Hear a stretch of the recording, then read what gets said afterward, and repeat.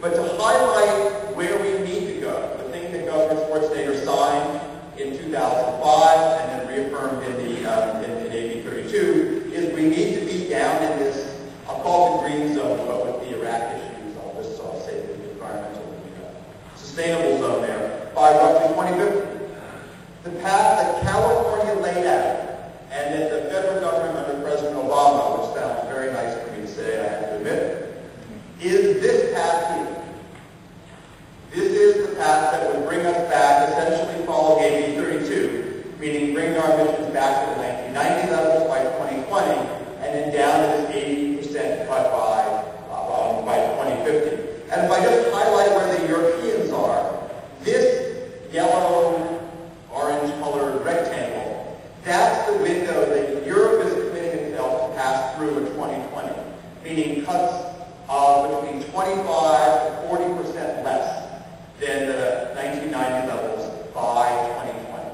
This is a path that we are now just having discussions in California, and we're seeing discussions out of the Obama administration. This will be a huge, huge challenge for the United States. But if I only go back to the graph I just showed you for the ramp up of renewables in California, and 1 year after we signed AB 32, to get this kind of transition, the people who are saying, well, we can't possibly make these European-style targets, I think are wrong. And in fact, I think the big lesson here is that we can do it by growing green jobs, by doing the things that Mayor Johnson said, and that is really making this an inclusive process. That's the real critical challenge. And I'll spend my last few minutes highlighting that story. I do want to give one more bit of federal context, and that is that we as a society are underinvesting in research in this area dramatically. This shows all of the federal research portfolio, not just energy, but everything. This shows that this is the top huge purple is the defense R&D budget. So this area here in the 60s, this is sort of the Sputnik response, and then there's President Reagan responding to something.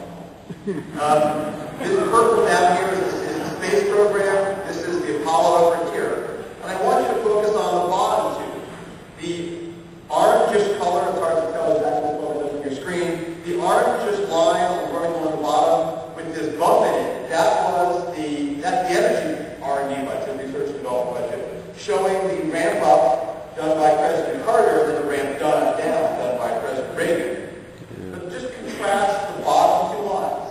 One is the federal energy research programs, and the one below it is the increase in healthcare, which has actually gone up even more in terms of health research.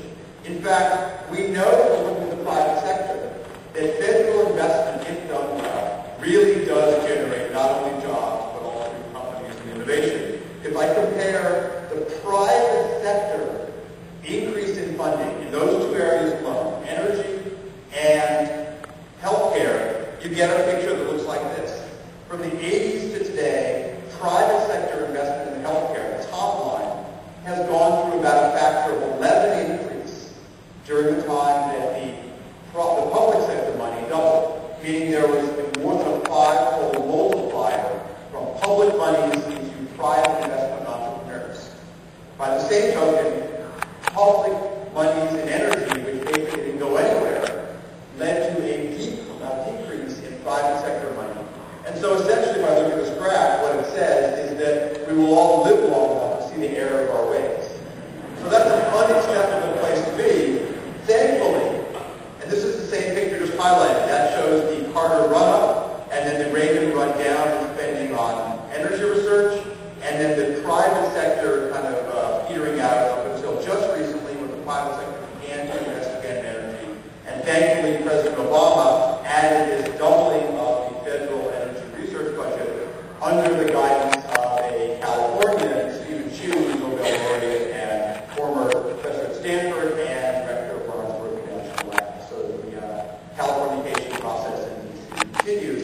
And this sort of increase in the budget is a critical piece of this equation, meaning that local governments, state government, and private industry can know that they now have a greatly increased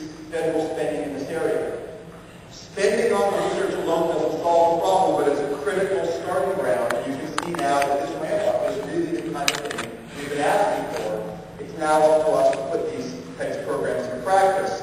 And so I will now describe a couple of those. And I'll use solar as my example for a couple of reasons, but it applies to what's going on with stationary fuel cells, as Linda described in her brief comments. It applies to work on wind, it applies to work on combined heat and power, energy efficiency, etc. In fact, what's most striking is that a huge fraction of the world's new solar companies are all California-based. And even better news is that the business plans of some of those companies, Nanosolars, Nia Soleil, Solyndra, are bold enough that they are talking about going from being a startup to being a world leader, not just a player, but the world's largest manufacturer of solar panels in their first few years of operation. Now, that would literally be only the sort of dream that you would expect here in California. Think about going from a lab idea to raising the venture capital money to the Series A and Series B to becoming the global leader in solar in their first pass. And it's some of the most innovative crystalline solar panels to amorphous, to thin film, to plastic solar cells. It's a remarkable revolution. In fact, it's such a revolution that when I was in graduate school, I was told by my faculty advisors that solar is a great idea, but it's never going to be more than a big player because it will inherently always be so expensive. More silicon went into solar cells in 2008 than in computer chips. So it is a remarkable transformation of an industry that no longer is seen as a big player. It could be the dominant actor as we go down the road. So it's a remarkable opportunity. And remember, solar, for all of its benefits, is still the most expensive of the renewables if we use conventional, neoclassical, boring, conventional economics. And I'm going to highlight some of the ways that we are thankfully moving on to a new version of that economics. Not all of these innovations require one to be an energy expert. In fact, for a long time, our lack of research in energy has meant that we have stifled creativity. So I'm going to give one brief example of a company for which the founders of that company had literally no significant energy experience. And yet I'm going to tell you today that I can predict these may be one of the most exciting innovations in solar. And it has to do with the creators who came out of the technology field asking a very simple question. And that is, why do we hook up solar panels the way we do? Now, who has solar panels on their roof? And here, and this is a crowd, I expect a pretty good number, not as good as I expected, but we'll have to come after you because Sacramento is a great place to go solar. So everyone in this room, I'm going to wager, and someone will correct me afterwards because they're a unique California counterexample, but everyone in this room, I wager, has their solar panels hooked up what's called in series.